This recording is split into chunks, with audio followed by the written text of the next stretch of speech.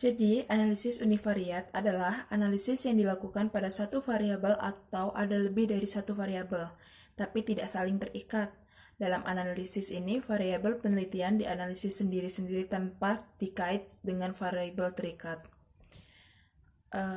Dalam menganalisa data, ada istilah rancangan sampel. Rancangan sampel merupakan penarikan sampel yang didasarkan atas pemikiran bahwa keseluruhan unit populasi memiliki kesempatan yang sama untuk dijadikan sampel.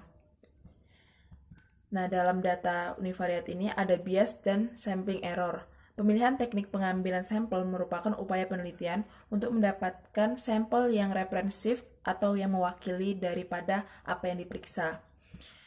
Probability sampling pada pengambilan sampel secara random, setiap unit populasi mempunyai kesempatan yang sama untuk diambil sebagai sampel.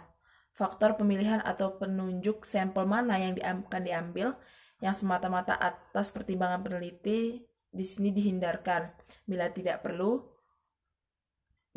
akan terjadi bias. Dalam penyimpanan dari hasil pengukuran terhadap unit-unit dalam sampel diperoleh nilai-nilai statistik. Nilai statistik ini tidak akan persis sama dengan nilai parameternya. Sedangkan prinsip dasar perhitungan besar sampel itu sangat menentukan representasi sampel yang diambil dalam menggambarkan populasi penelitian. Oleh karena itu, menjadi satu kebutuhan bagi setiap peneliti untuk memahami kaidah-kaidah yang benar dalam menentukan sampel minimal dalam sebuah penelitian.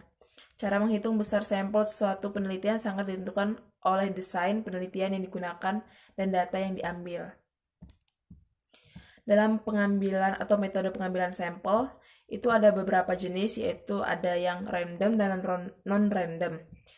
Ada yang secara acak dan secara tidak acak. Yang secara acak ini ada beberapa bagian, yaitu diantaranya satu, pengambilan sampel acak sederhana, yang merupakan pengambilan sampel dengan cara sedemikian rupa sehingga unit dasar atau individu mempunyai kesempatan yang sama untuk diambil sebagai sampel.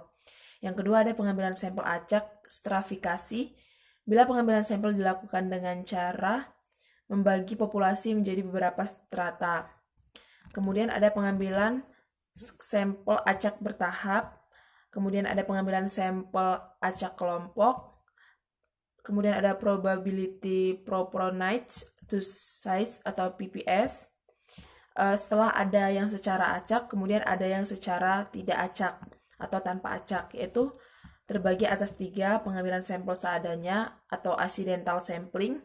Pengambilan sampel yang dilakukan secara subjektif oleh peneliti ditinjau dari sudut kemudahan, tempat pengambilan sampel, dan jumlah yang akan diambil. Yang kedua ada pengambilan sampel berjatah atau quota sampling. Cara pengambilan sampel dengan jatah hampir sama dengan pengambilan sampel seadanya, tetapi dengan kontrol yang lebih baik untuk mengurangi terjadinya bias. Yang terakhir ada pengambilan sampel berdasarkan pertimbangan atau purposive sampling. Dikatakan pengambilan sampel berdasarkan pertimbangan apabila cara pengambilan sampel dilakukan sedemikian rupa sehingga keterwakilannya ditentukan oleh peneliti berdasarkan pertimbangan orang-orang yang telah berpengalaman. Kemudian selanjutnya ada pengolahan data. Dari pengolahan data ini ada beberapa hal yang harus diperhatikan, yaitu di mana pada dasarnya pengolahan data bertujuan untuk membuat data mentah menjadi data yang dekat ke penggunaan data atau dapat digunakan. Pengolahan dapat dilakukan secara manual adalah dengan menggunakan alat-alat sederhana seperti Simpewa dan kalkulator. Namun pada zaman sekarang ini kan sudah teknologinya canggih sehingga dalam pengolahan data itu lebih simpel dan lebih praktis. Pada dasarnya, kegiatan yang dilakukan dalam pengolahan data itu ada 3. Yang pertama, editing. Kegiatan ini merupakan suatu pemeriksaan terhadap mutu dan kelengkapan yang dikumpulkan. Tahap editing berguna untuk memeriksa apakah data yang masuk sudah lengkap dan benar. Data kualitatif. Bila data kualitatif dihitung dalam bentuk proporsi atau persentase, maka menjadi distribusi